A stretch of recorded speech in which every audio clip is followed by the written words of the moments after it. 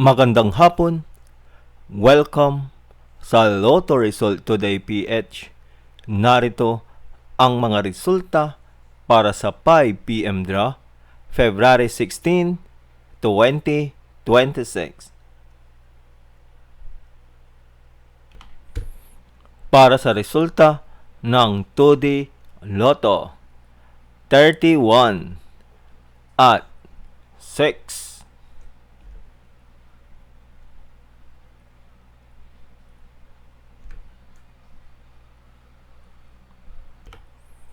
Para sa resulta ng 3D Lotto, 0, 6 at 6.